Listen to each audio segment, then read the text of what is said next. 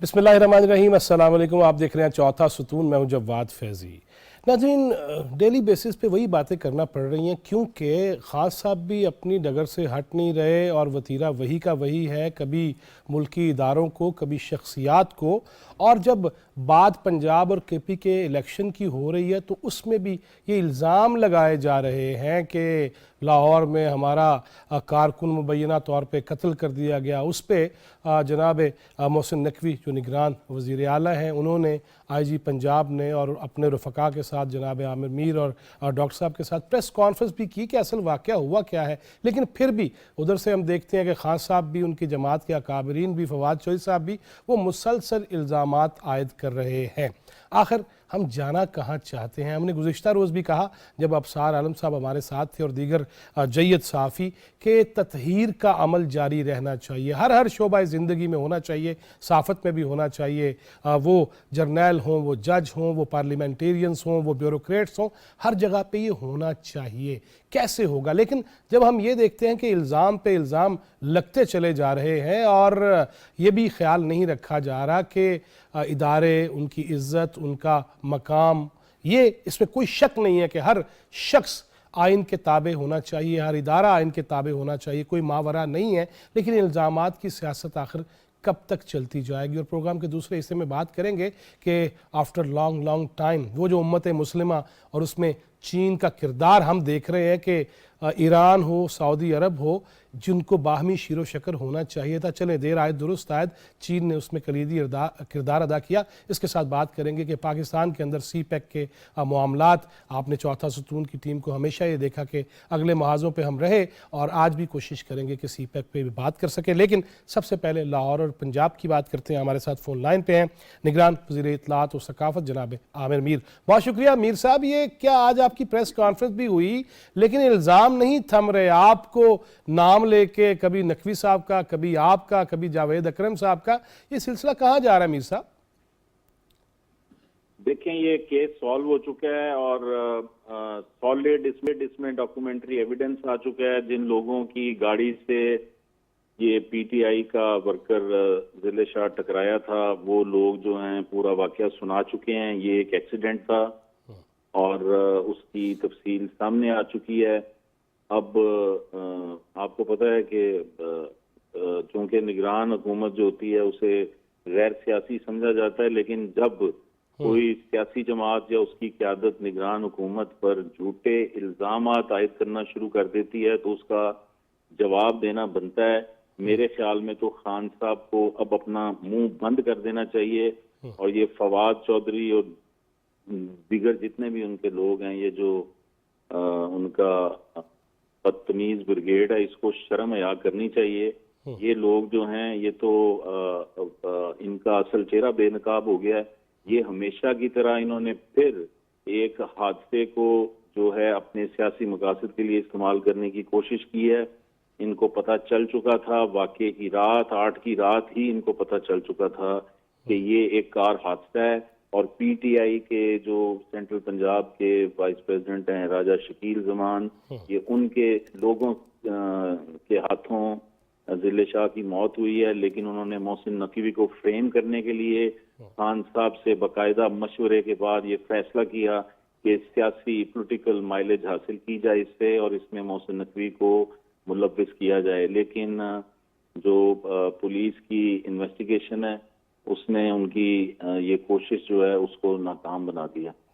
मीर साहब, जिस तरह आपने भी फरमाया कि झूठ ब्रिगेड जो है वो इल्ज़ामात आयद करती है, लेकिन आम तासुर ये लिया जा रहा है कि आप भी पाबंद सलासिल रहे, खान साहब के दौर में नकवी साहब को भी वो निशाना बनाते रहे।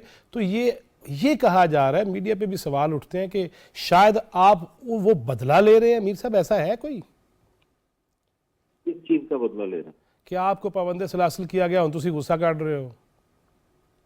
नहीं, देखें फैजी साहब, ये तो एक इंसानी जान के जाया होने का मामला है। इसमें आप अगर ये कहें कि हम कोई बदला ले रहे हैं, देखें ना, इसमें तो इल्जाम झूठा लगाया गया है इमरान खान और उनकी जमात के कायदीन की जानिब से। इन्होंने मोहसिन नकवी के खिलाफ कैंपेन शुरू की, जैसे कि माजी में जो वजीराबाद का वाकया था उसमें इन्होंने उन लोगों को मुलव्विस करने की कोशिश की जो कि इस वाक़े से, वज़ीराबाद के वाक़े से जिनका कोई लिंक नहीं बनता था, और इवेंचुअली इसीलिए उस वाक़े में उन लोगों के खिलाफ FIR भी दर्ज नहीं हो सकी। लेकिन ये जो वाक़या है, इस वाक़े में तो इतना सॉलिड एविडेंस सामने आ गया है जिसमें लम्हे लम्हे की डिटेल है कि किस तरह ये वाक़या हुआ। और उस वाक़े में ये 6:52 पर बंदे की जो जिले शाह था उसकी डेड बॉडी लेकर आए हैं। उससे पहले क्या वाक़या हुआ उन्होंने तफसील सारी बता दी है। जो जहांजेब ड्राइवर है PTI के लीडर राजा शकील जमान का, कैसे उनसे फुटपाथ के साथ टेंट के एरिया में चलते हुए 120 की स्पीड पर इस डाले ने उसको हिट किया और किस तरह वो उड़ता हुआ जाकर गिरा और उसकी बॉडी रोल करती हुई जाके फुटपाथ से टकराई, कि कैसे उसको जख्म आए। और फिर इसके बाद उन्होंने कैसे उसकी जान बचाने की भी कोशिश की। वो कुआं से भाग भी सकते थे, लेकिन उन्होंने उसको गाड़ी में डाला और गाड़ी में उसका ब्लड भी मौजूद है, जिसका मतलब DNA फोरेंसिक एनालिसिस भी करवाया गया है। और पहले ये CMH लेके गए हैं उस बंदे को। फिर वो CMH का मेन गेट जो है वो सिक्योरिटी के लोग खड़े थे, ये घबरा गए कि आर्मी हॉस्पिटल है तो हमें पकड़ लेंगे। फिर उन्होंने गाड़ी मोड़ी और फिर ये उसको लेकर सर्विसेज हॉस्पिटल पहुंचे। रास्ते में एक जगह रुक के उन्होंने ये दोबारा से एक बंदे ने उतर के चेक किया कि कहीं ये जिंदा है या डेथ हो चुकी है। यानी उनकी इंटेंशन ये नहीं थी कि बंदा उन्होंने कोई जानबूझ के मारा, एक्सीडेंट हुआ है। उसके बाद हॉस्पिटल पहुंच के उन्होंने आगे EP की एक एम्बुलेंस खड़ी थी, उसके 2 वर्कर जो थे वो खड़े थे। इन्होंने उन वर्कर से क्या, एक जख्मी है इसको फौरन अंदर लेके चलो। जब वो अंदर लेके गए हैं तो डेथ कंफर्म हो गई, तो फिर ये घबरा कर वहां से निकल गए। इन्होंने राजा शकील जमान को फोन करके बताया कि ये वाकया हो गया है। उसने इनसे कहा कि आप गाड़ी को ले जाके वारिस रोड पर जो हमारा बेसमेंट है सिक्योरिटी कंपनी की, वहां पर जाके इसको पार्क कर दें। वहां उन्होंने पार्क कर दी। फिर राजा शकील जमान ने शाम को उसी वक्त जो है यास्मीन राशिद को इन्फॉर्म किया है। वो हमारे पास राजा शकील जमान की जो WhatsApp कॉल जो गई हैं यास्मीन हारून को, और जो यास्मीन राशिद और जो यास्मीन राशिद को वापस कॉल्स आई हैं वो उनके फोन में मौजूद हैं। जाहिर है कि वो एक ऐसा एविडेंस है जो कि क्रिएट नहीं किया जा सकता। सही, वो सॉलिड एविडेंस है। और फिर उसके बाद यास्मीन राशिद ने उनसे कहा शाम 8:30 बजे के करीब कि कल सुबह मैं आपकी खान साहब से मुलाकात करवाऊंगी। ये जो लोग गिरफ्तार हुए हैं ये बता रहे हैं कि अगले दिन ये यास्मीन राशिद जो हैं वो शकील जमान के साथ और जहांजेब को भी लेके गई हैं खान साहब के पास जमान पाक। और शकील जमान अंदर गया है जबकि जहांजेब बाहर रहा है। और उस वहां पे मीटिंग में ये डिसाइड हुआ कि इस बात को हमने कहीं बाहर नहीं लीक करना और ये केस जो है ये मोहसिन नकवी के सर पर डाला जाएगा। और उसके बाद उन्होंने मोहसिन नकवी को इसमें फ्रेम करने की कोशिश की। अच्छा मीर साहब, जिस तरह ये बात जहांजेब की आपकी गुफ्तगू के बाद नाजरीन को वो भी सुनाते हैं हम, लेकिन ये बताइएगा कि हुलिया बदलने ये कहा गया, खान साहब ने शाबाश दी, वीडियो में अब नाजरीन को भी दिखाएंगे भी, इस पे क्या कार्रवाई हो सकती है? कुछ कार्रवाई करेंगे कि ये सारा जिस तरह ये मंसूबा बनाया गया, छुपाया गया और एक्सीडेंट ही सही, जान बचाने की कोशिश भी सही, लेकिन ये सारी सूरत हाल में एक तंजीम के सरबराह है वो और चीफ एग्जीक्यूटिव रह चुके हैं पाकिस्तान के, वज़ीर आज़म रह चुके हैं, वो अगर ये कह रहे हैं शाबाश दे के और हुलिये तब्दील करा रहे हैं ड्राइवर के, इस पे क्या कानून कहता है और इस पे पंजाब हुकूमत का क्या कदम होगा? इस पे पंजाब पुलिस ने फैसला किया है कि इमरान खान, यास्मीन राशिद, इसमें जुबैर नियाजी और दीगर लोग जो हैं, फरूख हबीब और इस तरह के और लोग जिनके इल्म में ये वाकया था, जिन्होंने मिलजुल कर इस पर पर्दा डालने की कोशिश की और जो है कत्ल जैसा घिनौना इल्जाम एक शख्स पर डालने की कोशिश की, इन सब के खिलाफ किसी के सेक्शन 201 के खिलाफ के तहत जो है पर्चा दर्ज किया जा रहा है, यानी डिस्टॉर्टिंग एविडेंस। जो है जोखिम का सबूत गायब करना या उसको जाया करने की कोशिश करना, इस इल्जाम में इन सब के खिलाफ कानूनी कार्रवाई जो है वो करने का फैसला किया गया। कानूनी कार्रवाई करने का फैसला। बहुत शुक्रिया जनाब आमिर मीर आपके वक्त का। नाज़रीन, वो जहांज़ेब जो बयान है वो भी समाअत कीजिए, देखिए, उसके बाद वापस आते हैं। अस्सलामुअलैकुम, मेरा नाम मोहम्मद जहांज़ेब नवाज़ है। मेरे फ़ादर का नाम हाजी मोहम्मद नवाज़ है। मैं हासलपुर का रिहायशी हूँ। मैं यहाँ पे 5 साल से एक प्राइवेट कंपनी में एज ए ड्राइवर की ड्यूटी सर अंजाम दे रहा हूँ। मैं अपने दोस्त के यहाँ फोर्ट्रेस के सामने उसको मिलने के लिए गया हूँ, तो वहाँ पे हम कुछ देर बैठने के बाद हमने डिसाइड किया कि हम खाना खाने चलते हैं, क्योंकि हमने गाड़ी भी वारिस रोड पे खड़ी करनी थी। जैसे हम लिंकर्स कॉलोनी से माल पे चढ़ते हैं तो वहाँ पे एक बंदे की हमारी गाड़ी के साथ टक्कर होती है, तो वो बंदा गिर जाता है। हमने वहाँ पे गाड़ी रोकी, वहाँ पे जो है उस बंदे को उठाया, अपनी गाड़ी में जो है मूव किया। वहाँ से फिर हम उसको सबसे पहले CMH लेके गए, क्योंकि वो हमें वहाँ से नज़दीक था। तो CMH वहाँ पे रश ज़्यादा होने की वजह से हमें जो है वहाँ से गाड़ी निकालनी पड़ी। तो फिर हम उसे सीधा सर्विस हॉस्पिटल लेके आए हैं। वहाँ पे हमने ईदी की स्ट्रेचर पे उसको अंदर लेके गए हैं। वहाँ पे डॉक्टर्स ने हमें बोला है कि इसकी डेथ हो चुकी है। इस वजह से हम वहाँ से जो है निकल आए हैं। हमने अपनी गाड़ी वहाँ से निकाली है और सीधा हम आए हैं। वहाँ पे हमने अपनी गाड़ी खड़ी की है और गाड़ी खड़ी करने के बाद हम वापस अपने घर आ गए। अगली सुबह जब मैं उठा, मैंने सोशल मीडिया पे अपनी तस्वीर देखी और लोगों का रद्द-ए-अमल देखा, तो मैं बहुत परेशान हो गया। उस लिहाज से फिर मैंने अपने बॉस राजा शकील ज़मान, जो PTI सेंट्रल पंजाब हैं, उनको मैंने ये सारी बात बताई, और GB सिक्योरिटी के डायरेक्टर भी हैं, मेरे बॉस हैं वो। मैंने उनको ये सारी बात बताई। उन्होंने फिर मुझे जो है साथ लिया, यास्मीन राशिद से मिले हम। उसके बाद जो है ना खान साहब के पास मुझे लेके गए। खान साहब के पास जो है उन्होंने डॉक्टर यास्मीन राशिद उनको सारी बात उन्होंने बताई कि जो है ये मामलात हैं। तो उन्होंने खान साहब ने शाबाश दी। उसके बाद जो है हम वापस आए, तो राजा साहब ने मुझे जो है वो बताया कि आप जो है अपना थोड़ा लुक चेंज करके जिस तरह मर्ज़ी जो है लाहौर में फिरे, कोई इशू नहीं है, हम आपके साथ हैं, अल्लाह खैर करेगा, कोई ऐसा मसला नहीं बनेगा।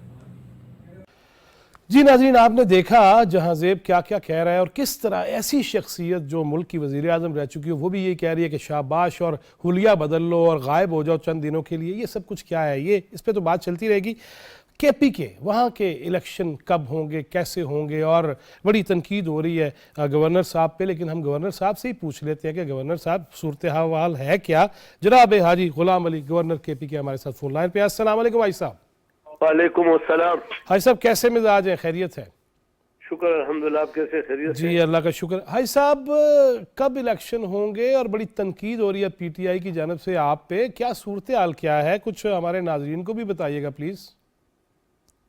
आपने जो कहा कि एक जमात की जानब से तनकीद हो रही है, तो कौम पूछना चाहती है उस जमात से कि आपके सर पे किसने पिस्तौल रखा था कि असम्बलियां तोड़ दो जब इलेक्शन का अब वो करते हो, या आप पर किसी ने क्या दबाव डाला था कि आपने नेशनल असम्बली से इस्तीफा दे दिए और फिर 3 महीने सड़कों पे फिर रहे थे कि हमारे इस्तीफा मंजूर करो, और जब मंजूर हो गई तो अभी 2 महीने हो गए फिर रहे कि नहीं ये वापस करो।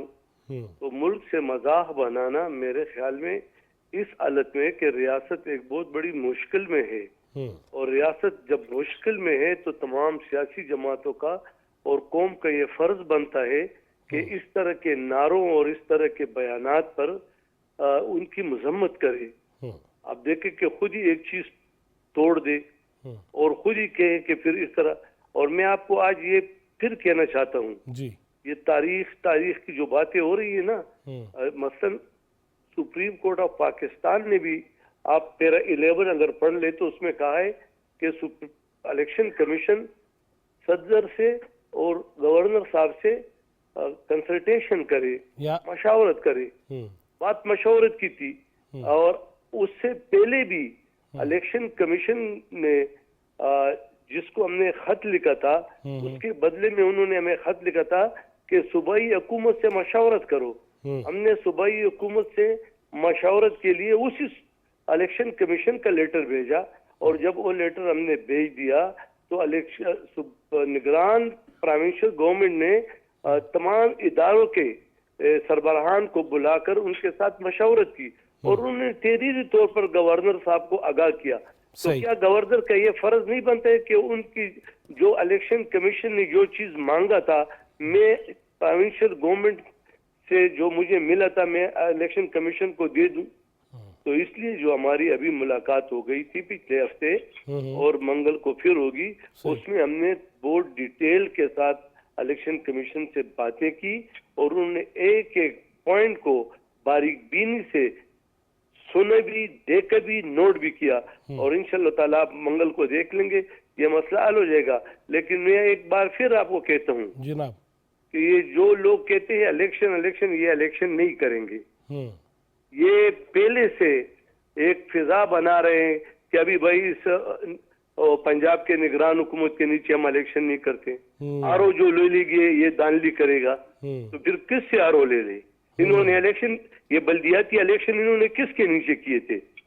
कोई अमेरिका यूरोप से लोगों को लाया था कि नहीं, इन्हीं लोगों को, इन्हीं आरओस को बुलाया था?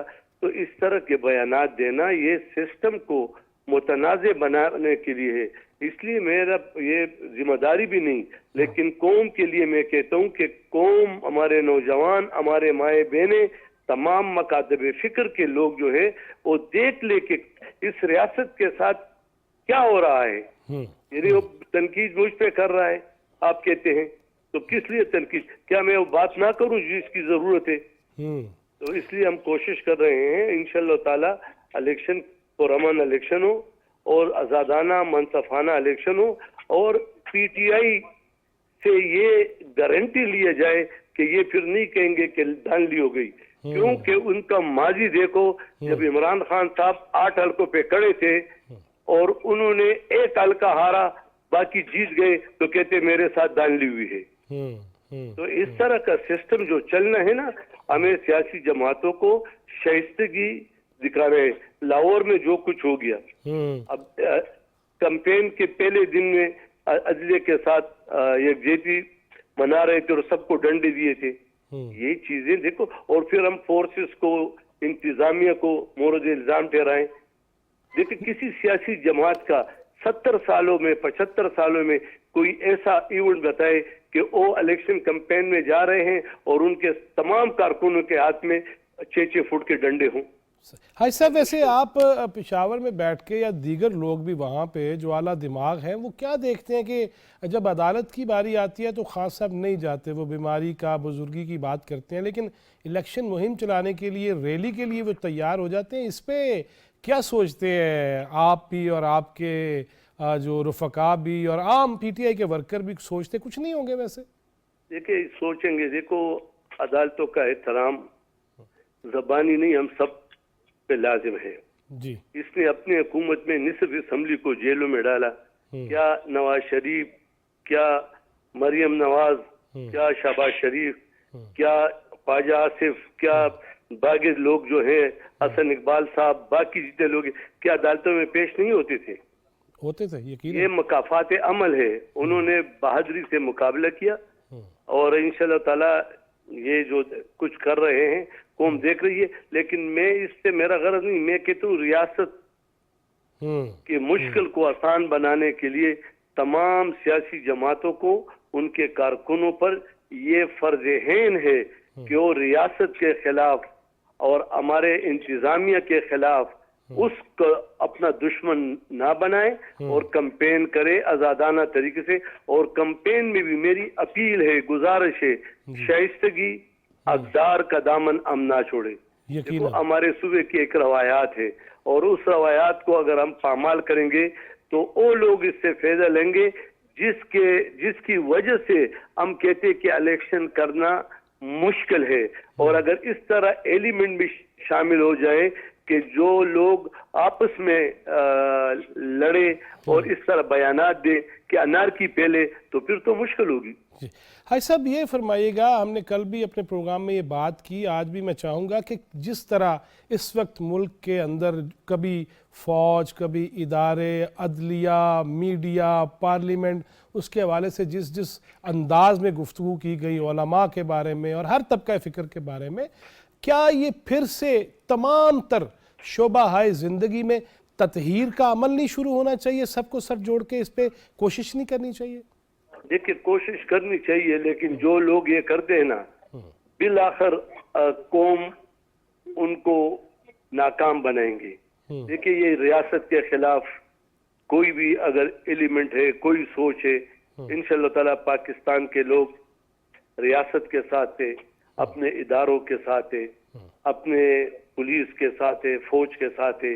ये हमारे भाई है, और इस तरह के बयानात जब आते हैं तो समझो कि ये रियासत के खिलाफ है, और रियासत के खिलाफ पाकिस्तानी कौम, पाकिस्तानी नौजवान कभी भी ये बर्दाश्त नहीं करेंगे। नहीं कर। हाय साहब, मुझे एक और भी बताइएगा, सऊदी अरब और ईरान के माबैन फिर से ताल्लुकात की बहाली, चीन ने उसमें अहम किरदार अदा किया, बीजिंग में मुज़ाकरात हुए।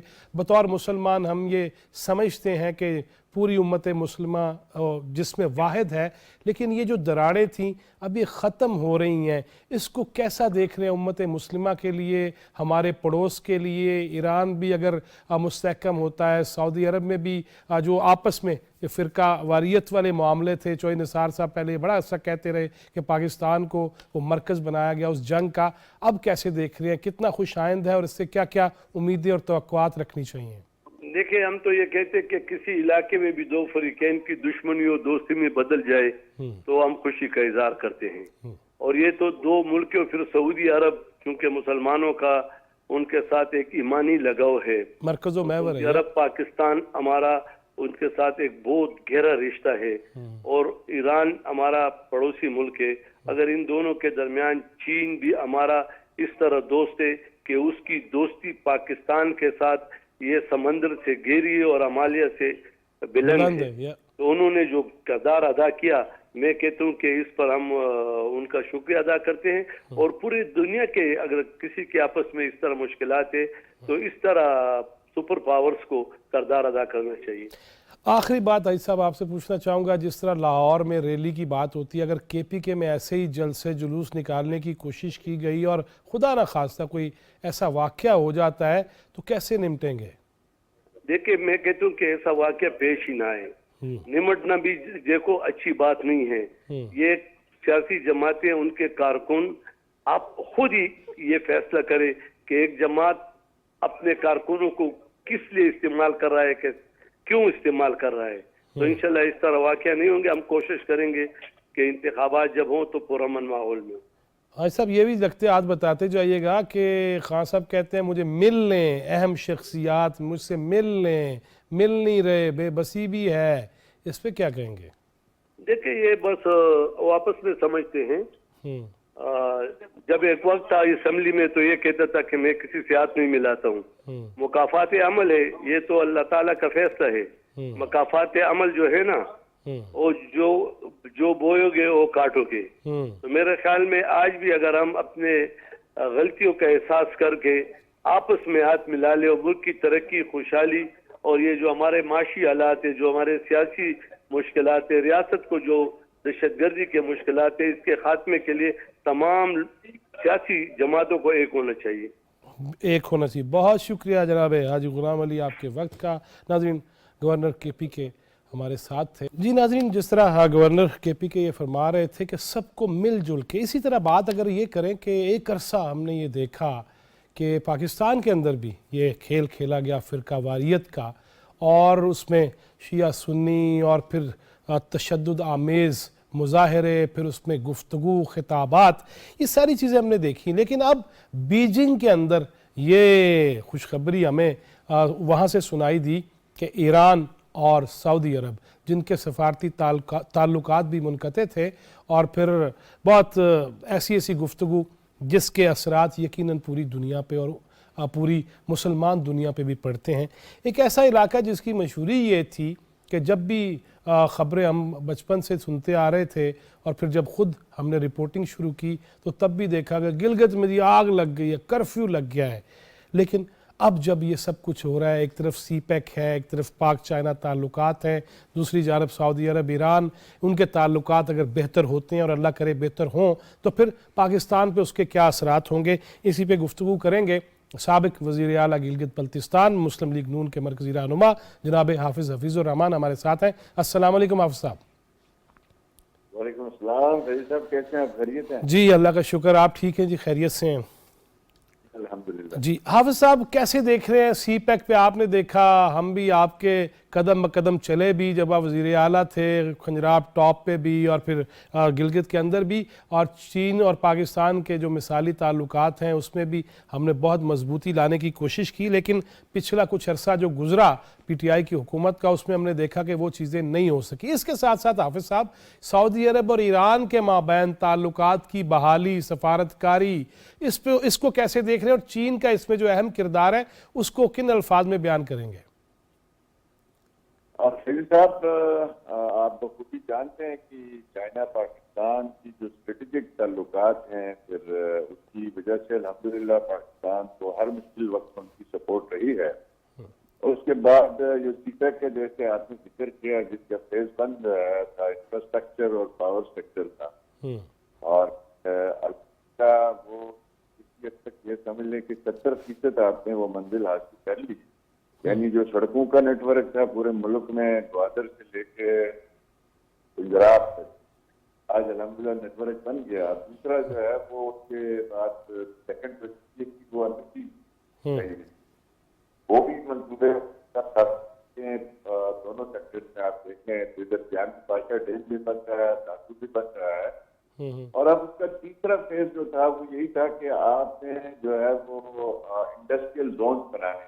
जब सड़कें बन गई, बिजली आ गई, उसके बाद आपको नेक्स्ट फेज जो था, आपने जो 12 के करीब इंडस्ट्रियल जोन बनने थे चारों सूबों, तो अब वो फेज जो है वो खान ने 4 सालों में उसको नुकसान दिया, नहीं रखी।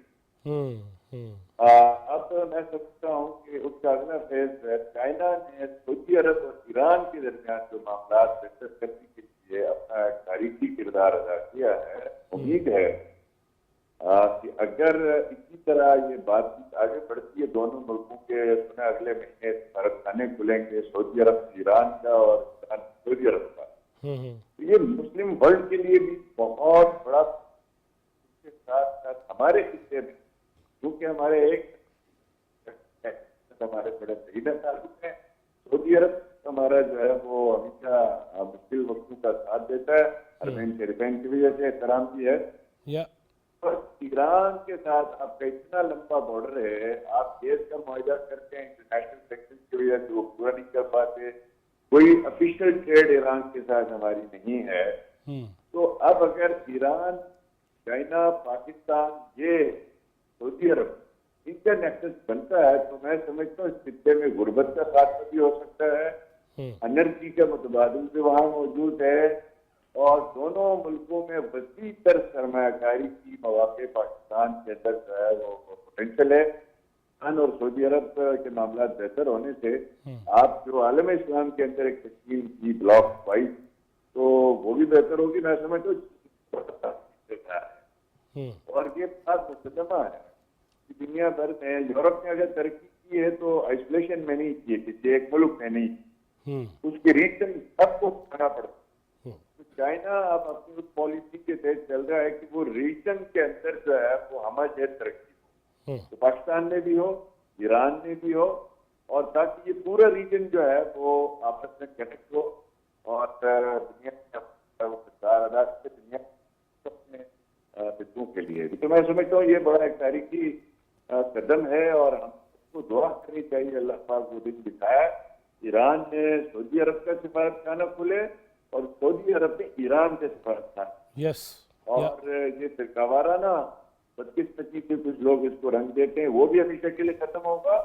और चीन और का जो किरदार है वो कि पाकिस्तान का भी इसमें कहीं ना कहीं किरदार जरूर होगा, यकीन।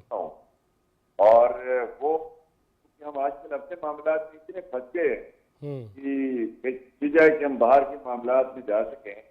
तो चाइना ने एक रीजन के दुनिया का लार्जेस्ट सबसे बड़ा जो है वो कंट्री इस वक्त पॉपुलेशन वाइज भी, प्रोडक्शन वाइज भी, और दुनिया का नेक्स्ट सुपर पावर है। ये मैं समझता हूँ कि बहुत तारीखी कदम है, अल्लाह पाक इसको कामयाबी से अपना। सही। अच्छा हाफिज साहब, आपने बात की ये बैनुल अक़वामी और इलाकाई तो बात हो गई, लाहौर में एक वाक़या हुआ है उस पर निगरान हुकूमत पे तनकीद हो रही है और उसमें जो गाड़ी पकड़ी गई है वो राजा शकील जमान साहब की है और सुना है कि वो जीबी के सिक्योरिटी के कोई डायरेक्टर वगैरह भी हैं, ऐसी चीज़ है। और ये आपने सारी देखी होगी खबरें, क्या कहेंगे इस पर? बात है क्योंकि हमारे यहाँ से खान साहब की शक्ल में कितना जो पाकिस्तान मुतल्लक किया गया है वो सोचे समझे बगैर इल्जाम लगाता है, जिस पे चाहे लगाता है, सड़क पे चाहे वो लगा देता है। बाद में पूरा हर केस में इनकी अपनी तरफ रहता है। अरशद शरीफ को देख रहे हैं और उसको जितना इन्होंने केस कराया, अब उसके बाद कहाँ गया, उसकी देखी की बात इसलिए नहीं हो रही कि शायद पूरा कहीं इनकी तरफ से आ रहा है।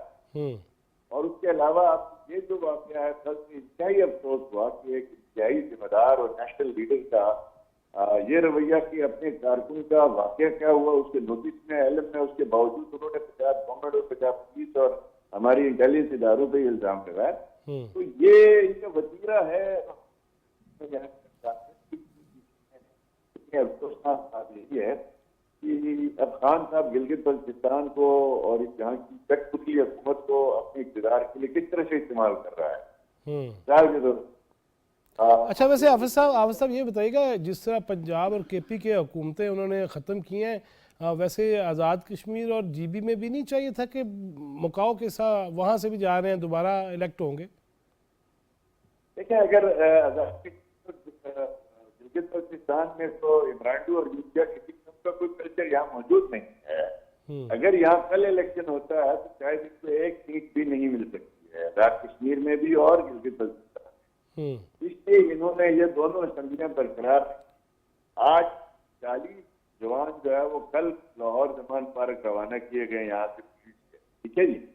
40 जवान, 3 गाड़ियां। किस लिए जी, क्या करेंगे वो? ये खान साहब की लाहौर में जमान पार्क में सिक्योरिटी करें। अच्छा। इस गरीब सूबे के ऊपर, यानी इन दोनों हुकूमतों को रखा इसलिए गया है कि ताकि ये यहाँ से चोरी कमाल यहाँ निकाल के खान को दिए जाए, उनकी सिक्योरिटी के अखराजात उठाए। मैं छोटी सी मिसाल दे रहा हूँ कि मखदूम अली खान साहब एक बड़े वकील हैं और उन्होंने पीटीआई के कुछ केस लड़े और उनकी फीस पीटीआई नहीं दे सकी। हमारे इस बुजदार को जो सीएम गिलगित बल्तिस्तान है, इसको कहा गया आप कोई मुकदमा सुप्रीम कोर्ट में करें और उसमें मखदूम अली खान को वकील करें ताकि गवर्नमेंट ऑफ गिलगित बल्तिस्तान उसको पे करे। मैं बिल्कुल रिकॉर्ड की रोशनी में बात कर रहा हूँ कि कल हमने प्रेस कॉन्फ्रेंस की सबूत भी दिए कि 7 करोड़ रुपए इन्होंने मखदूम अली खान को देने के लिए कैबिनेट से अप्रूव भी किए और 4 करोड़ रुपए मखदूम अली खान को दे भी दिए इन्होंने। अच्छा। उनकी फीस। और उसके अलावा जर्सी को एक ऐसा मामला आता है कि हमारा पूरी काबीना इन 2-3 वुज़रा के अलावा 2-3 महीनों से जमान पार्क में वो दिन भर वहां बैठते हैं उतरा, शाम को वो रहते हैं जाके पीछे लाहौर। अच्छा। और तकरीबन 10 गाड़ियां गिलगित बल्तिस्तान की जो है वो खान की सिक्योरिटी की। जीबी में जो 2 गाड़ियां हमारे पास होती हैं जो क्या कहते हैं जिसको जेमर्स, ठीक है नहीं, दोनों जेमर्स की गाड़ियां इस वक्त एक जमान पार्क में खड़ी होती है और एक बनी गाला में। अच्छा। एक गाड़ी इस वक्त सूबे में जेमर्स की नहीं है। मेरे दौर में ये 2 गाड़ियां दी गई। सही। तो ये हुकूमतें जानबूझ के रखी गई हैं, खान साहब ने इसलिए रखी हैं कि ताकि इनके वसाइल को इस्तेमाल किया जाए। जहाँ सूरत हाल ये है 25 घंटे की लोड शेडिंग है, जगह जगह लोग धरने में हैं, आटे के लिए लोग तरसते हैं, पानी के लिए लोग तरसते हैं। हुकूमत नाम की चीज गिलगित बल्तिस्तान में नहीं है। जो है वो सब के सब बनी गाला के जो है और जमान पार्क के दरबार में हुए और भरपूर पैसा गिलगित बल्तिस्तान के गरीब तरीन सूबा जो वफाक की ग्रांट पे चलता है, इनके पैसे जो है वो भरपूर तौर पे इमरान खान के सिक्योरिटी और उसके जो है वो खाने पीने, उनके लंगर खानों के ऊपर जो है हो रहे हैं। तो ये जो वाक्य कल हुआ परसों, लेकिन आज पूरी तरीके से साबित हुआ ये इनका अपना प्री प्लान था। मैं समझता हूँ इस पे इनके ऊपर जो है वो एक कानूनी कार्रवाई होनी चाहिए कि आप इतने सेंसिटिव माहौल में इलेक्शन करते हैं, आप पाकिस्तान के इदारों और पुलिस और पंजाब की निगरान गवर्नमेंट के बारे में ये कहते हैं कि 302 का पर्चा इन पे करवाए। अब जिसने झूठ बोला उसकी सजा क्या है? उसकी सजा तो इनको मिलनी चाहिए। मैं मुतालबा करता हूँ निगरान हुकूमत से भी और पंजाब फेडरल गवर्नमेंट से भी कि लोग इस तरह जो है वो जो कह देंगे और इल्जाम लगाएंगे और उस बेचारे के बाप लेकिन उसको बुला के लेके जाता है। ये अजीब लीडर है कि ताजियत के लिए उधर जाने के बजाय उसको घर बुलाता है, उसके बाद कहा जाता है कि तुम्हें ये बयान देना ये देना है। वो सही बात है, उसका वालिद जो है वो अपने बयान पर खड़ा रहे। तो बड़ा अफसोसनाक है कि कितना इसको लेवरेज किया जाएगा। अच्छा जी, हाफिज साहब ये फरमाइएगा, कल भी हमारे प्रोग्राम में ये बात हुई और चौथा सुतून में हमेशा ये बात होती है कि वो मीडिया हो, वो कोई भी शोबा ज़िंदगी हो, कोई भी इदारा हो, इस वक्त हम ये देख रहे हैं कि कोई भी चीज़ ऐसी नहीं जिसके बारे में बात ना हो रही हो। हमने फ़ौज के बारे में भी यहाँ ट्रेंड बनते देख लिए, अदलिया के हवाले से भी बातें हुई, और आप जब यहाँ इसी स्टूडियो में तशरीफ़ रख रहे थे तो उस वक्त आपने माजी में जो चीफ़ जस्टिस थे उनके हवाले से भी बताया कि चौकीदारी वो कैसे करेंगे। अब पटारियाँ बहुत सारी खुल गई हैं। अफसार आलम साहब का कल हमारे प्रोग्राम में ये कहना था कि तमाम तर इदारों, सरकर्दा शख्सियात को, ज़िम्मेदारान को अल्लाह से भी कौम से माफ़ी मांग के अगली सिमत अब जो है वो जो बेहतर सिमत है, मुस्बत सिमत है, उसकी तरफ चलना होगा और उस रास्ते पे चलना होगा। ये कैसे मुमकिन हो सकता है? देखें, मुमकिन तो तब होगा कि इस मुल्क में आज जुडिशरी के अंदर आप देख लें कि जो खान साहब की फरमाइश पे बाज दोस्त बैठे हुए हैं, जो ताकते फैसले दिए जाते हैं, तो इंसाफ का पलड़ा जब एक नहीं होगा और एक ट्रुथ एंड रिकंसिलिएशन है। पिछले जो है देखें ना 2017 में नवाज शरीफ साहब को 2 फाड़ तरीके से जो बेटे से तनख्वाह न लेने पे निकाला, उस वक्त से पाकिस्तान डीरेक हुआ है ना, उस वक्त से तो डीरेक हुआ है। उसके बाद पैर दर पे गलत फैसले, किसी को सजा देना सजा। तो मैं ये समझता हूँ कि जब तक पाकिस्तान में ट्रुथ एंड रिकंसिलिएशन बनना चाहिए, हमारा मुतालबा है सच सामने आए, कौम के सामने सच आ जाए। बेशक किसी को सजा न दी जाए, लेकिन कौम को सही सही पता चलना चाहिए। उसके लिए जरूरी है कि जिन्होंने 2017 से पहले ये स्कीमें बनाई कि नवाज शरीफ के अगले टर्म को रोकने के लिए उसको झूठे मुकदमे में जनाब सजा देके पाकिस्तान को डिटेक्ट कर, उसके लिए लाजमी है कि जितने भी इदारे हैं अल्हम्दुलिल्लाह आज अगर हमारे इदारे समझते हैं और वो अमल भी नजर आता है कि वो एक पॉलिटिकल हुए, हम उनको सपोर्ट करना है और हमने उन पर तनकीद नहीं करनी है। कहीं जुडिशरी के गलत फैसले हैं तो उनको एक्सपोज करना है। जुडिशरी को हम मलाइन नहीं करेंगे, लेकिन जुडिशरी में बैठे हुए गलत लोग जो हैं उनको भी काबिल डिस्कस होना चाहिए, ताकि अब अल्हम्दुलिल्लाह अब पाकिस्तान के कौम में शऊर भी आया है, बेहतरी भी आई है, हर चीज खबर रखते हैं लोग। झूठ सारे दिन नहीं चल सकता है, सच की जो है पता होता है। सही। हम तवक्को रखते हैं कि पाकिस्तान की जो इस वक्त जुडिशरी है वो अपनी जो है वो खुद एहतसाबी करे पाकिस्तान के अंदर टॉप लेवल। सही। किसने क्या किया, बाहर से कोई कुछ नहीं कर सकता। मेरा होगी सुप्रीम कोर्ट ऑफ पाकिस्तान के बाद किरदार जजेज हैं, अल्हम्दुलिल्लाह अल्लाह के फजल करम से उम्मीदें उन्हीं पे हैं कि वो आके सेल्फ करेक्शन करेंगे, बेहतरी का रास्ते दिखाएंगे और उसके बाद इक्वल पलड़ा रख के पाकिस्तान के हर सियासी जमात को, हर शख्सियत को, चाहे सिविल हो, मिलिट्री हो, फौज में हो, जनरल हो, सबको जो है वो कानून और आइन के ताबे किया जाए। यकीनन सबको आइन कानून के ताबे रहना चाहिए। बहुत शुक्रिया हाफिज़ हफीज़ुर रहमान साहब आपके वक्त का। नाज़रीन, ये तो तय है और इसमें तो कोई शक नहीं है, कोई मावराए कानून नहीं है, कोई माफ़ाकुल फितरत नहीं है, कोई मासूमन अनिल ख़ता भी नहीं है। गलती हो सकती है, लेकिन गलतियों से माफ़ी मांगना और ततहीर का अमल हर शोबे में, मैं जहाँ बैठा हूँ यहाँ पे भी होना चाहिए, मेरा अपना भी होना चाहिए। खुद एहतसाबी जिस हाफिज़ साहब कह रहे थे मुझे भी करनी चाहिए, मैं जिस इदारे में हूँ इसको भी करना चाहिए। जहाँ जहाँ जो बैठा हुआ है, मीडिया हाउसेज ही क्यों ना हो, वो अदालतें हों, वो इदारे हों, वो पार्लियामेंट हो, वो सियासतदान हों, वो ब्यूरोक्रेट्स हों, वो वकला भी हों, वो उलमा भी हों, हुफ़ाज़ भी हों। रमज़ान आ रहा है, हमने तरावियाँ सुननी है, लेकिन तब इंसाफ होगा कि अगर उस पर अमल भी करेंगे। सिर्फ सुन के और फिर उसके ख़िलाफ़ चलना, वो भी गवाहियाँ रोज़े क़यामत देनी है कुरान पाक ने भी गवाही दे देनी है कि मुझे सुना भी था लेकिन अमल नहीं उस पर किया। हमें इस बारे में सोचना होगा और मुल्क की तरक्की के बारे में डेफिनेटली फॉर श्योर हर एक को अपना किरदार अदा करना होगा।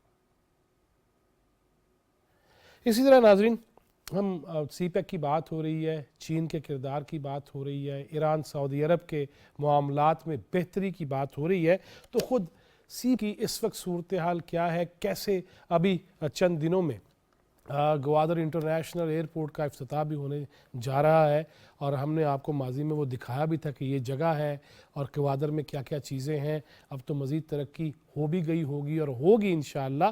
गिलगित बल्तिस्तान के हवाले से हाफिज़ हफीज़ुर रहमान साहब, साबिक़ वज़ीर आला गिलगित बल्तिस्तान, वो भी बयान कर रहे थे। इसी हवाले से हमने इंतहाई अहम शख्सियत और माहिर उमूर चीन व इक़्तिसादी राहदारी और बहुत सारे अहदों पर फ़ाइज़ भी रह चुके हैं जनाब डॉक्टर हसन दाऊद भट्ट, वो हमारे साथ हैं। अस्सलाम वालेकुम डॉक्टर साहब।